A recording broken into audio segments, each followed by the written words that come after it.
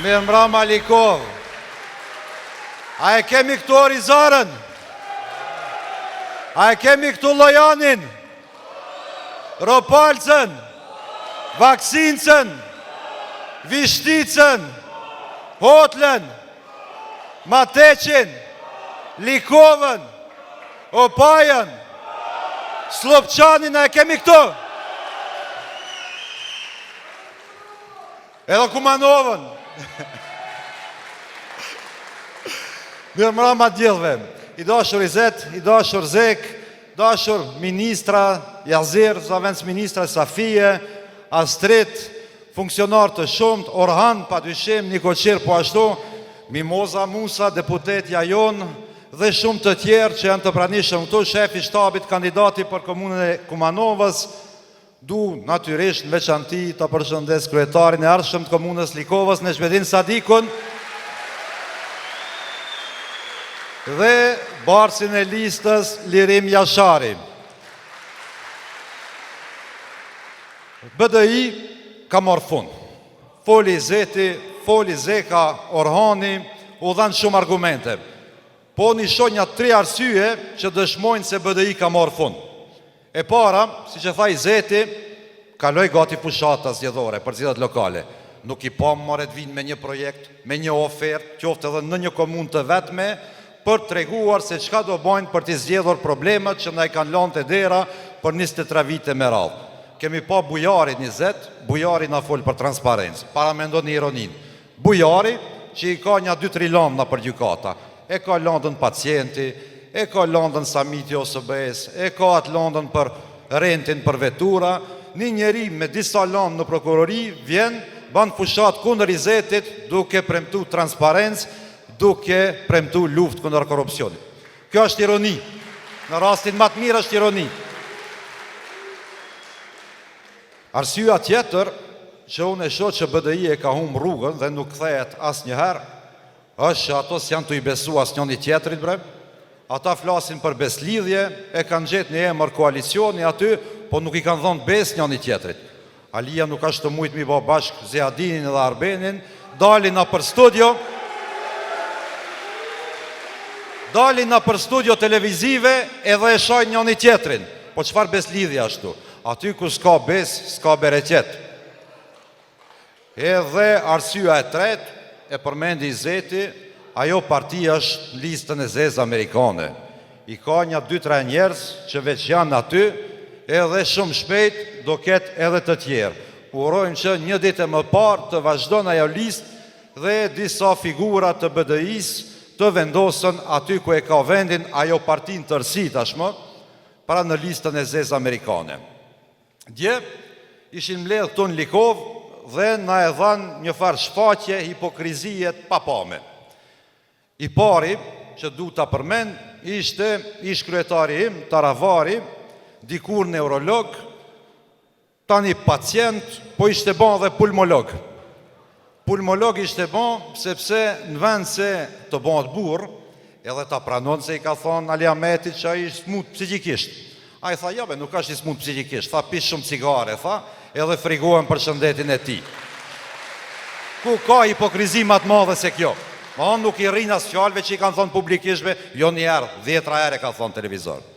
I dyti, që s'mundëm me lënë pa përmend, se jemi në Likovë, edhe këta njerëz që janë në këtë sallë, e kanë bën ndryshimin, vitin e kaluar zgjedhjet parlamentare. Doli ai djali, s'po ja përmend emrin, e dini gjithë kush është, tha, unë babushit ja mora Aminin, për të shkuar në BDI. Tha babushi më tha shko te BDI-ja, prish e vlenin. Ai djalë është mirë ta kupton se kjo sallë, se këto njerëz, këta aktivistë e kanë bën ndryshimin dhe e kanë siguru vota edhe në fshatin e vet. Andaj i baj thirrje që ta kthen mandatin në vlen. Mandati nuk është i babushit, është i vlenit. E i treti, pa dyshim shefi i tyne, patroni i këtyne krejtve, i cili neve në tha, ju nuk guxojnë tha këta të vlenit të mburën me UÇK-n.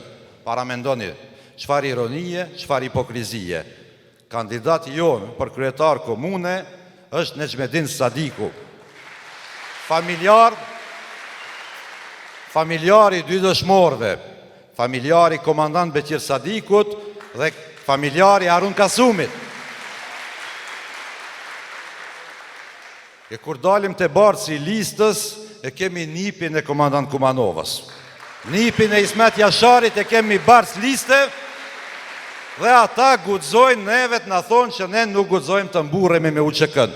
Pa hyjtë pjesa tjetër e listës, ku kemi njerëz me biografi më të pastër, më kombëtare, secili më shumë se tjetri.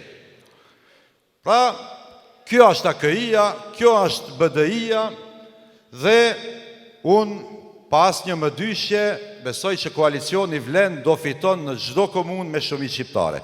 Do fitojmë në çdo komunë sepse kemi edhe njerëzit më të mirë, edhe i kemi njerëzit më të pastër, po edhe kemi përballë një opozitë që veç opozitë nuk është. Është një konglomerat, një koalicion kriminal në esencë, siç e thashë ata nuk flasin as mes vete dhe premtojnë ndryshim, premtojnë beslidhje, premtojnë kombëtarizëm, kur janë zhvesh nga çdo gjë kombëtare. Ali Ahmeti pse se qeli gojën kur ndodhi rasti Kumanova. Aty u vran djemt më të mirë të këtij kombi. U vran komandantët kryesor që e bën betejën Slupçan. U ekzekutun, nuk e qeli gojën. Tha ka me thirr FBI-in. Po a folin një fjalë kur na u vra bashkëvendasi jon këtu në Opaj, Rexhail Kerimi. Një fjalë e ka thonë. A e ka thonë një fjalë kur u vra komandant Shqiponjan Kumanov. Dhe këta që na flasin neve për UÇK-n, për Slupçanin, për Likovën, për luftën e 2001-shit, çka të mire i kanë sjellë Likovës. Likova s'ka ujë të pishëm ditën e sodit. Likovë fëmijët tonë pin ujë të helmuar me arsen. Arsen të janë substancë që në historinë e njerëzimit është përdorur për të helmuar njerëz, për të vrarë njerëz. Nxënësit tonë në vaksinë në Llojan pin ujë me arsen.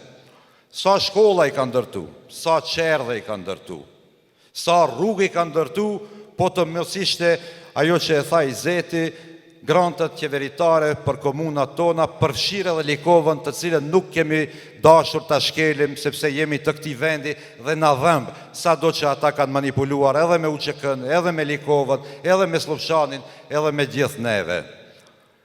Ata një gjë e kanë bë, kanë vjedhë sa kanë mujt, janë bë multimilioner, kanë shtru bekatonka ku në çdo metër katror kanë marrë disa euro.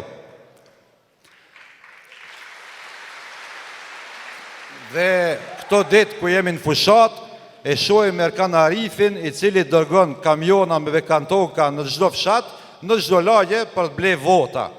Po sikur të kishin punu, a do kishin nevojë të blenin vota në këmbim bekatonkave ata?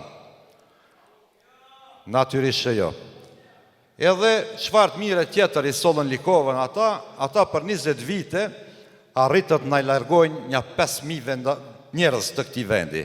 Pra komuna e Likovës gjatë qeverisjes së BDI-s ka rënë nga 27.000 banor në 22.000 banor. Brenda mandatit të BDI-s në këtë komunë. 5.000 njerëz janë largu, me gjas janë largu edhe më shumë, po këto janë statistikat zyrtare të regjistrimit të tyre që ishte antikushtetues, antiligjor. Ne nuk premtojmë mrekulli.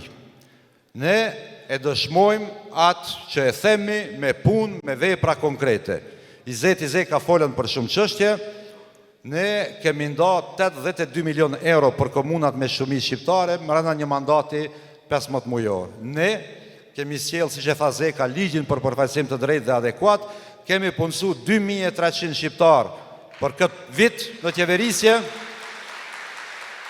dhe kemi avancu 700 të tjerë në për institucionet tona publike, njerë që ishin të shtypur, të shkelur, dhe nuk e kishin asë një derë ku të trokasin në nivelin politik në institucionet e tyre. Dhe ne, pa dyshim, me përkrajën që do të ketë Likova me qeverisjen tonë, sepse edhe këtu gënjen nuk kanë çfarë ofrojnë. Bujari doli një ditë tha, garantoj tha që do ketë zgjedhje në mars ose në prill. Pa i nuk e përmendi vitin. Nuk ka zgjedhje deri në 2028 në Bujar. Qeveria Vlen do i përkra fuqishëm të gjithë kryetarët që do i zgjedhim më 19 tetor. Unë prej tash Nezhës i baj thirrje që të na mbledh këtu në Likovë dhe të festojmë fitoren bashkë në Likovë, në Kumanov dhe çdo kund ku garojmë.